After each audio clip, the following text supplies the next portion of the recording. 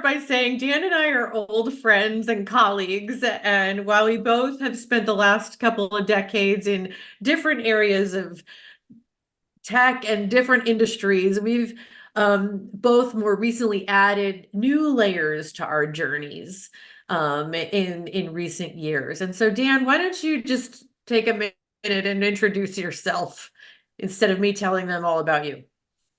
Well, hi, everyone. I'm really thrilled to be able to share some perspective with you today. Career marketer, helping others has always been a big part of what I'm passionate about. And so, through the market impact consultancy over the past 8 years, I've been able to do that, helping growth focused technology companies really optimize their marketing strategies and then extend that learning and best practice sharing through both the Market Impact Insights podcast and then my book, The Impact Makers. Awesome. And I was so privileged to be a part of that book. It's a great book. I love it. I think there's some amazing lessons in there. And I am Allison Conigliaro-Hubbard. I met Dan a long time ago at Cisco Systems. I spent about 30 plus years in global technology companies in both enterprise sales and product marketing leadership roles. But more recently, I'm the founder and head coach of a company called The Lens Leadership, offering custom executive and transformational leadership coaching, experiential leadership workshops for groups, and motivational speaking, focused on expanding our lens out of which we see the world, out of which we act, out of which we create results that we want to create. So that's who I am. But anyway, Dan and I decided that we were going to come here today and chat about some specific topics. We were recently chatting about an interesting post that we saw on LinkedIn. Credit to Andrew Hilger, and I hope that I'm pronouncing that correctly. Great post. It spoke to the leadership, the struggles, the growth of Microsoft over the years. And I have found myself talking about that a lot in years past. But in this post, Andrew spoke about the completely unique leadership styles, contrasting Steve Ballmer, where stack ranking, employees, competition, boisterous, perhaps know-it-all personalities really ruled the roost, versus the style of Satya Nadella, who, and I'm going to quote Hilger here, connected with people on a human level, promoting empathy and humility. Nadella worked to shift Microsoft from a culture where your teammates were competition to a culture where teamwork fostered innovation. And he goes on to talk about how Nadella's approach to leadership, evangelizing growth over fixed mindsets, also took Microsoft from a laggard, which many of us remember, to a leader, because he was often promoting learn-it-alls who shared their mistakes and connected with others. And he speaks about Nadella's natural curiosity in his introductory email to the company, saying, I fundamentally believe that if you're not learning new things, you stop doing great and useful things. So, humility, curiosity, growth mindset, empathy. These are all traits we sometimes shun as weakness, but they're traits of Nadella. And I remember learning Warren Buffett too, that they've used to transform the world and create exponential growth for the companies and people who've invested in them. And so that's what we want to talk about today, a little bit about these traits. So Dan and I thought we would come together and talk about these traits in the context of leadership. So let's start talking about the value of curiosity and a growth mindset. It's an idea we hear about a lot these days, but how do we really put this into practice? So Dan, you speak a lot about servant leadership. Now, that's an interesting term, servant leadership. I mean, I think it sometimes repels some people, this idea of servanthood. What is it? And why is it so important today? And also, how do the ideas of curiosity and growth play a role in servant leadership? Yeah, Allison, that's a great question. You know, when you boil it down, servant leadership is really about encouraging and empowering the growth and development of others and the communities they serve. And when you think about personal and professional growth that you're supporting as a leader, you really can't do that as effectively as possible if you don't have a natural curiosity and you're not actively seeking to understand what the aspirations are of those team members that you're supporting the growth and development for.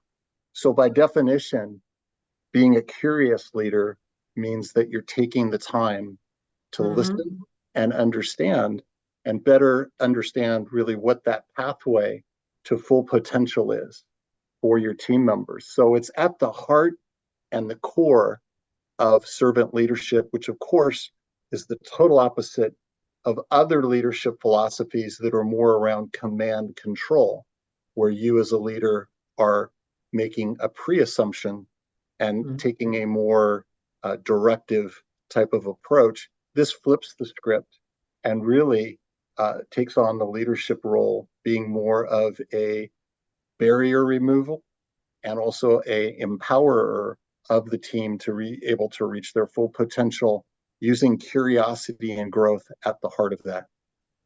It's one of the things that I find myself saying a lot these days is holding people up to their highest possibility instead of holding them down to really their lowest. And by seeking out, being curious and seeking out information about what makes somebody tick, what drives them, what wakes them up in the morning, what makes them nervous. Like caring enough to find that information out and also showing them where their possibilities lie. That's really powerful stuff. Yeah. And I think just the simple act of asking a few relevant questions that actively show someone else that you care and you are genuinely interested in better understanding them. It's amazing, isn't it? The power of the question and then the listening and then Mhm. and then the commitment to action together that reflects that learning that comes through the question and the answer. Being in the question can be much more powerful than even having the answer all the time. Absolutely. And so it's just this ultimate gift that we as leaders can give any organization that we're in, which is being able to motivate, inspire, and really elevate the performance of teams and individuals to their full potential. I can't think of anything greater that you can offer as a leader back to your organization than that, Makes people want to be there. and keeps them there. Hmm. Hmm. Yeah. One of the things that I would love, this topic of growth and curiosity is really so at the forefront of my mind these days. I've spent a lot of time over the last couple of years, 2, 3 years, um, in my own personal growth, to be honest with you, augmenting my perspective on the world, really getting introspective about what is my life journey and what do I bring to the table. Um, you know, as far as growth, the way that we see the world is through the lens that we know, what we know that we know, as far as our learning, right? The experiences, the things we've learned along the way, our actions stem from our own unique lens. And so what we know is a part of who we are. We can't act based on what we don't know. But as far as growth, there are several areas of growth. There's also what we know that we don't know. okay? And if we're rigorous and we care to grow, and we know what we don't know, we can take a class, we can read a book, we can ask questions of someone who has different knowledge than we do. We can visit a new country because we want to understand a culture better, or we can have a conversation with somebody in our own country that we don't know. There's so many ways that we can grow by seeking to learn what we don't know. And the thing is, though, that's the easy part. There's a third area of growth that's really powerful. It's what we don't know that we don't know. What we don't know that we don't know. And this is where so much possibility exists for all of us, each and every one of us. Doesn't matter what our role is. This is where opportunities exist. But how do we seek out growth in an area that we don't know that we don't know? It's kind of a funny thing to talk about. The reality is this just takes practice and the desire to form a new habit around this. This is where we get into flexing our curiosity muscles a little bit more, like you were talking about, and we start to see the world through a place of wonder. And we open ourselves up to noticing new possibilities around us everywhere. And when we start to notice what's available, instead of kind of sitting in our righteousness about what we do know already, there's growth available for our teams. There's growth available for us as individuals in order to expose new possibilities for our success. You know, whether it's, for example, I think about this as whether it's the growth we gain for our team trying something new that we oftentimes in corporate, we hear, we don't do things like that. Trying something new that we've never done before. Or choosing somebody else's idea instead of the one we think is right. Or like stepping off the ledge, you know, outside of our comfort zone and just going for something anyway. The maximum growth in life comes from trying those new things and being willing to explore the unknown and the scary stuff. And even, you know, choosing to ask questions of somebody that we may disagree with. Does that make sense? Yeah, it makes total sense. Part of growth is challenging your own assumptions and really moving away from what has been maybe a comfort zone in terms of even the bounds of conversation and the kind of information that you surround yourself with. So the value we talk about diversity. One of the aspects of diversity that's really powerful in organizations is diversity of thought, of background, of experiences, and everyone's going to bring in a different interpretation and a lens. And then sometimes we're going to have very different points of view when we're trying to solve a singular business problem. But getting to the best solution benefits from being able to have that diversity of perspective, the willingness to engage in what at times might be an uncomfortable conversation because someone doesn't share the exact view that you have, but you work through that and get to an outcome that may be even better and greater than either of you could imagine. So that's the benefit and the lift that you get by being able to embrace those kinds of conversations. Totally. You know, we've always heard like working with teams enables greater outcomes than just working as an individual because you have the opportunity to put so many different ideas together if you're open to them. If you're open to them. I always like to correlate great teams to great sports teams. At the end of the day, you can't have 11 quarterbacks on the field.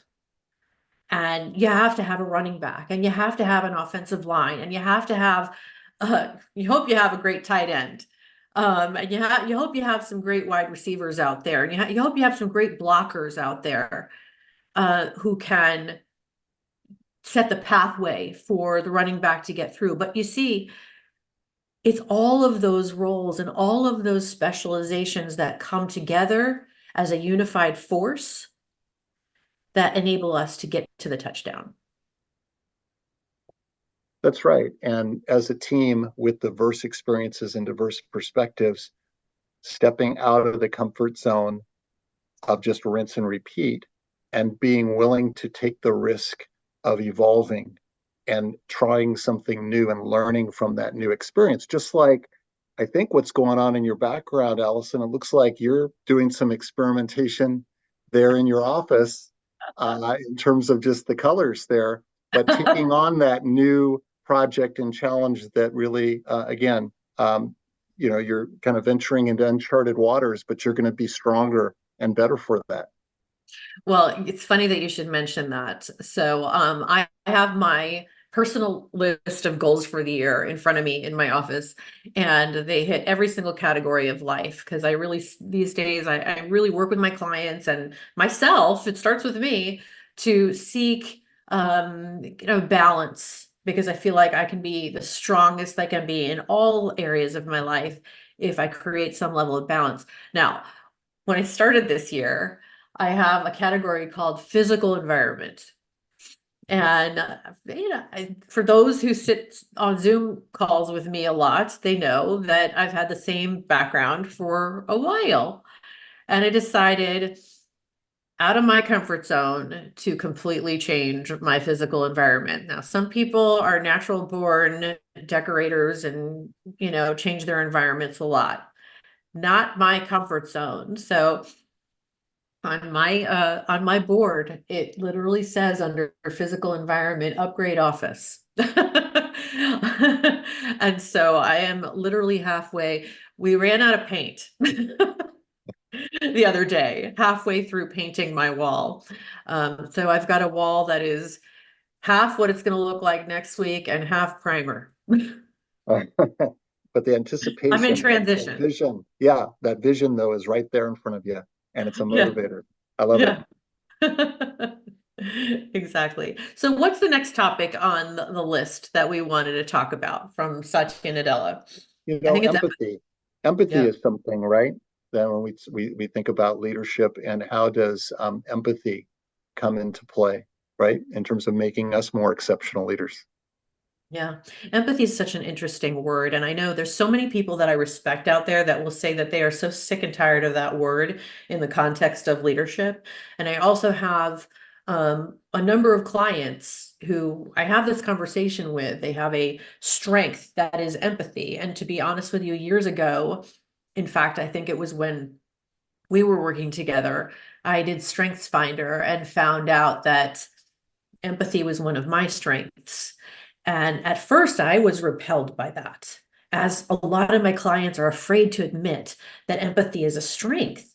Um, because culturally, we have equated that word to weakness for some reason. But let's take a look at it a little bit, because I think that it's such a powerful thing to have as a strength. Um, Empathy is the natural ability, you were talking about it earlier, to care enough about whoever you're relating to, whether it's a person, a team, a country, such that you seek ways to see the world through their eyes, again, their lens. And I don't mean, and this happens a lot in corporate world, in the corporate world, I don't mean assume that we know how they see things. I've seen this mistake happen often on marketing teams where just assumptions are made. Oh, this is what I think they think. It's a real detriment to really connecting with stakeholders and customers. What I mean about empathy is just caring enough to be curious, as we were talking about, listening to understand what's important to somebody, constantly, continuously seeking out that ongoing understanding about somebody else's perspective on the world or on a specific topic that is important. And it isn't about agreeing or disagreeing. It is not about that. It's just about expanding our perspectives so that we have the space to relate. And so we can connect the dots between us and them, build that bridge, so to say. How can this not be an immensely powerful strength for any organization or any person when it comes to leading teams, companies, countries, working with customers, stakeholders internally, relating to people in our lives? I mean, when we have the ability to naturally consider the perspective of somebody else, we are more likely to influence, to connect, to make winning choices, to build consensus. I will give you one interesting example from my life. I have a lot, but this is an interesting one that has some cultural implications. Years ago, when the George Floyd incident happened, I found myself really thinking about this topic. I come originally from Brooklyn, New York, in the early 70s. Let's call it the early 70s. I was born in the last 3 weeks of 69, but still. Um, and so my foundation is one of sheer diversity, like all different races, religions, backgrounds, all different kinds of people in my childhood. And so I saw the world through a lens of humanity, let's call it. And I know that I spent my life kind of projecting that as this is the way you're supposed to see things. And when George Floyd happened, and there was so much arguing in the country and hate and all kinds of things that were going on that just felt uncomfortable, I found myself stepping back and questioning that projection that I had on people, that they had to see the world my way or they weren't good people. I had to step back and say, oh, wait a minute, hold on a second. Everybody wasn't born in Brooklyn, New York in the early 70s. Everybody didn't have an upbringing with a Jewish mom and a Catholic dad and live in different parts of the world and, friends with all kinds of different people of different experiences. I have to meet them where they are. I have to understand their starting point, their lens, in order for me to build a bridge to them, not the other way around. That really was a very important revelation and empathy for me. And it's powerful because I may not agree with everybody, but if I can care enough to ask questions and listen and get curious about what their come from is, again, I can create a bridge and a connection. And that's powerful. That idea of connection, what's so powerful about empathy, that works both inside the organization. So practicing empathy with your colleagues inside of an organization, but also extends to customer relationships outside the organization. And so one of our former Cisco colleagues, Catherine Robinson, in our podcast conversation, and she's in the book also, she talks about the power of customer empathy. So coming at it from a culture of innovation where you're developing products and solutions to solve customer problems. And if you start at a point of really practicing customer empathy, of really seeing things from the eyes and the perspective of the customer, great things can happen in terms of that innovation culture through customer empathy. And then, of course, empathy also is a cornerstone of emotional intelligence. So this concept of how do we create better connections in terms of our one-to-one relationships. Steve Gutzler, another guest on the podcast, who's a really strong champion of emotional intelligence, talks about empathy really being the starting point. Seek to understand and really use that as that first step towards being able to create lasting, trusted relationships that are situationally aware. So that's the other element, right, as part of empathy and emotional intelligence, which is life isn't a single static moment. There are different situations, different contexts when we're interacting, and we must be aware and sensitive to the nuances of those different life situations in order for us to achieve the most trusted and lasting connections.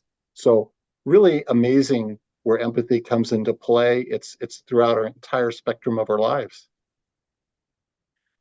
Yeah, and I love what you said about life is not a single moment. It's an ongoing set of experiences. And that's why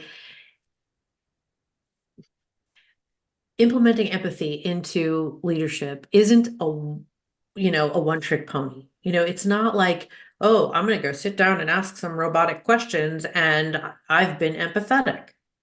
It's got to become a regular ongoing practice, connecting with somebody and always being curious when you come across that person enough to draw out what's going on for you now. Yeah. What's been the shift for you, since we last spoke? Is this still important to you? So that we can continue to keep the finger on the pulse of the relationship. Yes. Again, whether it is with a customer, whether it's with an internal stakeholder or an internal stakeholder team. I remember spending so much time really when I was in product marketing leadership, spending my time with people all over the world leading sales teams, constantly keeping my finger on the pulse of and asking them questions to understand what was important to them, what was driving them, um, what were their primary care abouts, what were they hearing from their customers? Because unless I knew those things, how could I possibly serve them?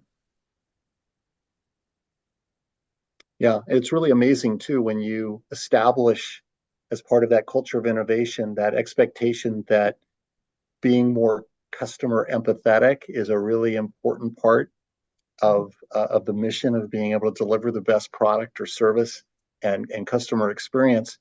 What happens, as Catherine described in our conversation, is that you see this emergence of what she referred to as connectors and synthesizers. That is, people will self elect and inside the organization really be the leaders and the champions to be passionate advocates for that customer perspective. So the benefit of laying out that empathetic driver behind the culture is you're going to see certain people on your team naturally step into greater and more visible leadership roles to really propagate and to bring people together in support of that mission. So it's an amazing human dynamic that happens inside the organization that all comes from starting with a point of customer empathy. I I I, I find myself thinking about something, a kind of peak experience in my life, and it was back in the Cisco days. So you bring up Catherine, and of course we Yeah. met at Cisco, but there were some incredible experiences that happened back in the days. And when we were building the storage networking business, I would say that we implemented some of the best practices ever in customer advisory boards.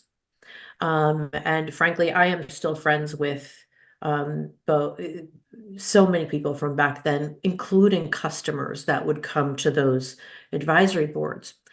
And what was, I think, one of the most powerful elements of those advisory boards is it wasn't just the the business leaders, the product management teams reading out, this is what we're doing and this is what we say, and let me PowerPoint you to death. It was equal parts sharing and very systematic listening to what those influential customers had to say about what was important to them. And then coming back 6 months later and showing them that they were heard because their feedback and input at a high level was being built into the product. And then listening to them again and again and again, and constantly creating that feedback loop to Yep. where those very influential customers became actual customers of the new product. And they were then influencing other people out there because the trust had been built with the business. Such a powerful, I always refer to those customer advisory boards as best practices because not only did we create an awesome experience over a few days, but we created an incredible listening and caring for those people that spent their time giving us feedback into the business. Absolutely. And the act of asking a simple question in and of itself becomes a powerful part of showing your commitment to that customer relationship. And I was always amazed being in the same kinds of advisory boards in the unified communications business that the appreciation of simply committing to a process. And of course, you want that to be productive time when you bring people in from around the country or around the world to spend multiple days to kind of go through and engage and look at roadmaps and get feedback on the current product experience, customer experience. But just the consistency of continuing to ask for the feedback does something amazing in terms of just strengthening the trust Mhm. that exists with the customers and with the company. And it's something that I wish more, it seems very straightforward. More and more companies should be doing this. Easier said than done. You've got to commit to a process. It takes money, people, time, resources. But ultimately, right, if you really want to walk the talk when it comes to customer empathy, really seeing the world from their view, you can't do that in a vacuum. You need to spend quality time together and engaging with the customers. So committing to a process like that is really, really powerful. I've seen it done both ways. And let me just say that, I mean, back in the day when that particular team grew a business from 0 to 500 million, in a span of 3, 4 years. Yeah, it was incredible. And, the proof is in the results. Let's let's shift to one of the last characteristics we wanted to talk about today that um Satya Nadella was so great at. We're going to talk about humility. The dictionary defines humility as lacking pretense, not believing that you are superior to others. And from everything I have read and heard time and time again, Satya Nadella's humility played a significant role in building strong relationships with his employees and colleagues across Microsoft.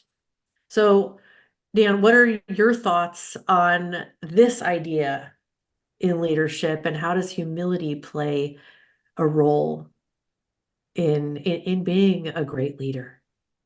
Oh, it's huge, Allison. And an example that I'll share that I know will probably resonate with you. I've had conversations with many colleagues over the years about this, but see if this sounds familiar. You have a particular business problem or challenge or opportunity, and the senior leader, right, in terms of title and rank, has called a meeting on the calendar to bring in a plethora of his team, right, managers and maybe some of their direct reports into a single room because this is about coming together and really ideating and hashing out maybe some innovative solutions, right, to solve this problem. But what happens when this team comes into the room and gathers is that person with the most senior rank has control of the pen. Maybe there's a whiteboard, they have control of the marker. Mm. And basically, this becomes a sit, listen, and take good notes as that senior leader basically walks through their view of the situation, what they think is the appropriate response, and the expectations for how the team is going to respond. And on one level, that seems brutally efficient and says, well, that's amazing. You're quickly getting to a game plan in the spirit of trying to solve that. But think about what that experience is for the team that's sitting in a room that literally is being asked to sit in silence and absorb basically the commandments of the person that has the quote most senior title and rank. That's a real deflating experience. Actually, there's an element of that where you're walking out saying, you know what, I don't feel particularly empowered by that conversation. I don't feel necessarily that my views and contributions were actively even being sought. So I'm really not being able to even contribute in a way that maybe benefits the organization or the customer. And so the long-term effects of that may have the opposite effect of really getting the organization more energized and more motivated to want to solve that problem. And so I relate that to the concept of smartest person in the room syndrome, which is the pressure that some leaders feel that say, because I am a more senior position, I've got to continuously demonstrate that I have some sort of unique, more perceptive intelligence about any given situation that the people that report to me. Now, flip that on its side to really, really dynamic leaders like Satya that understand that actually the smartest thing that you can do as a leader is to surround yourself and actually absorb as a learner yourself and learn from others around you that bring a unique experience and maybe even a better perspective on some of the topics that need to be addressed to solve that problem. And so the humility is really setting your ego aside, not falling prey to the smartest person in the room syndrome, and actually taking the time to embrace, invite, and welcome true engagement and true participation and input from your teams, as opposed to basically sitting and waiting for your direction. That is the power of humility. And it's pretty exciting when you see that play out, right? And it's done in that way when teams are energized, they're excited, they're motivated, they feel respected and valued through that process. Wow, that was amazing. It's almost like you just took me on a journey. I have to admit that I could put myself into the shoes of almost all the players in that journey. Both the person sitting in the room at the table being talked at, and to be frank, as I reflect back on, listen, I said one of my strengths is empathy, another one of my strengths and my, you know, is achiever and hyperachiever at times, and just ramming things down people's throats at times. And I look back and I can see those times in my career too, where I overpowered a group. And instead of really taking into account the contributions, ideas, perspectives that others might have. I may feel that way on the inside, but I don't think I always put that out there. And it's very interesting, this idea of humility. And I think about it, I find that the leaders that I admire the most are those leaders that come with a level of humility. And I'm very fortunate that I grew up in a family with two incredible leaders as a mom and a dad. My dad, a proud veteran of the U.S. Air Force Security Service, who literally lived and breathed the values of the Air Force: integrity, service before self, excellence in all that we do. And he did it in such an incredibly humble way. And I wrote a poem about it when I was 20 that I thought about when we started talking about humility, and I'm going to read it to you in a minute, but I also have a mom who many people know that she rose through the ranks and became what culture would define as incredibly successful in her career on Wall Street. But this is a woman who grew up in a lower middle class family in Brooklyn, New York, and has always kept that sense of humility as she's walked through life, despite the um, cultural success that she's had. And so I'm so lucky that I've had those role models. And I look to some of the other leaders that I admire. Um, Here we go with football again. Tom Coughlin and Eli Manning, two people I admire tremendously. And I won't get into why, but they are absolutely humble leaders, the way that they have approached their work in the world. Um, there are many more. It's so interesting that this should come up, and I'm going to grab that poem because it's interesting. I mean, it's a little bit 20-year-old, this poem, but I wrote this for my dad when I was like 22, and it really speaks to this level of leadership. So I thought I would read it here. It's a rare quality, a man who needs no credit or display, one who is a kind and giving heart without much need for pay. It's an honorable man who can reach out and touch on a whimsy of love without asking for much.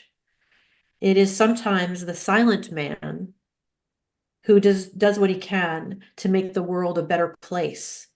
It's often the silent man with an even more silent smile on his face. He doesn't try to amaze, he just does. And being a man on the pedestal is something he never was. One thing he is a true winner, one who can acknowledge himself that he is no beginner. In life, he stands out as a genuine example of human quality. There's a confidence in this level of humility in leadership that allows ourselves to step back and just be there supporting a team around us and holding them up again to their highest possibility. And I just find that so refreshing. Yeah, that's spot on.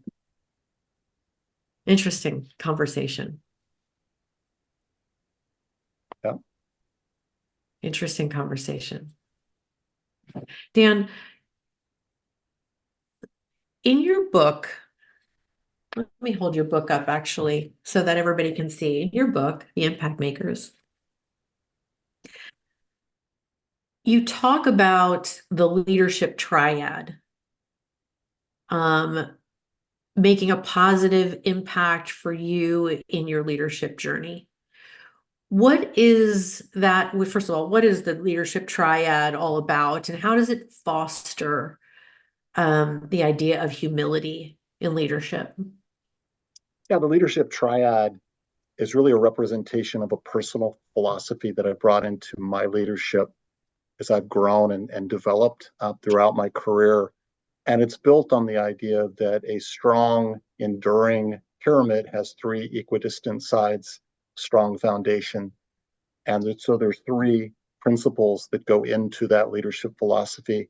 The first is really empowerment and the value and the impact of truly empowering your teams to have the freedom to be able to grow, to take the responsibility of their own actions and initiatives, with you removing the barriers as a leader where necessary and where appropriate, but not preventing them from having the freedom to exercise and grow their own leadership capabilities. So empowerment is really that first cornerstone. Second aspect of the leadership triad is transparency and the importance of open, honest, comprehensive visibility and communication that is really important, that fosters and supports the performance of the teams.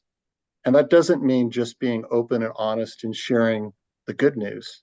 That also means being open and honest about sharing the not so good news, where there is maybe limitations, challenges, threats that need to be considered in terms of the macro environment or what's going on in terms of how the dynamics within a company might be changing. And that's certainly the case in fast moving technology companies all the time.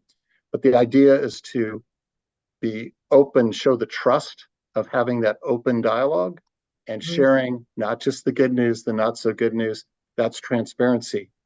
Well, if you create empowerment and you support empowerment and you're communicating in a transparent fashion, what that really does is unlock the full potential of the third aspect of the triad, which is accountability, which is if you give your teams the freedom to lead, you give them the information that they need to make intelligent decisions and to lead well, then the expectation should totally be there that they will take personal accountability and really take that very seriously in terms of the results that they achieve. And so the three of those aspects of the triad really work in harmony with each other to create an enduring, a strong fixture in terms of the triad, and ultimately lead to maximum results that you're able to achieve as a team, but also enable the full potential of the team members that are contributing towards achieving those results. As you're talking, it strikes me. So one of the kind of rules of being a great coach is trusting that people in general are naturally creative, resourceful, and whole. People are capable. Just because they have a badge on them that is called X title or Y title, it doesn't mean that they are not capable of showing up, offering great perspective and ideas, no matter what role they play in the organization. They can be an individual contributor, a manager, a janitor, somebody in the IT organization. See, it doesn't matter who they are. People are naturally creative, resourceful, and whole, and they come to work to do a good job. And so if we as leaders go and see everybody in our organization as naturally creative, resourceful, and whole, and able to contribute, instead of thinking that they're less than for some reason, we're opening up a sea of possibilities called everybody has a voice, Yeah. and that can be incredibly powerful. If you're a company and you're not achieving the results that you want to be achieving, go have 20 conversations with somebody you haven't had a conversation with, and ask them a bunch of questions and ask them what their perspective is. And oh, by the way, it's not much value to edit the answers so that it sounds good. The value is in the good, honest input and perspective that everybody has to offer. Because if we're open to it, we could see one person can come to the table with an idea that can expose incredible new results for an organization. Absolutely. And there's something that you touched on there, which is really getting to the actionability, right? What can people take? So we've had this conversation today, Allison, about humility, empathy, different aspects of exceptional leadership. What can we all do tomorrow to take the next step, right, in putting it into practice? And it may actually just be as simple as think about your next meaningful one-to-one interaction. Okay, let's just start there and go in, and rather than start with running through the list of projects, asking for status, how about we start at a human connection level and simply ask the question, how are you doing? And then listening. And so that's one idea that I'll offer up, a very small but very tangible step. And a commitment is to go into that next one-on-one and start with the question. that really reaches someone on a human level. How Well, about you? What thought do you have around a next step? Dan, I'm all about challenging people. So I'm going to take yours and blow it up 50,000 feet a little bit.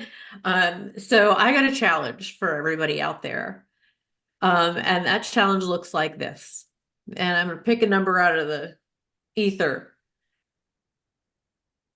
The challenge is 3 steps. Connect with 50 people this month in a new way. No need to be selective. Just, it could be anyone that you encounter, people that you know already, people that you don't know.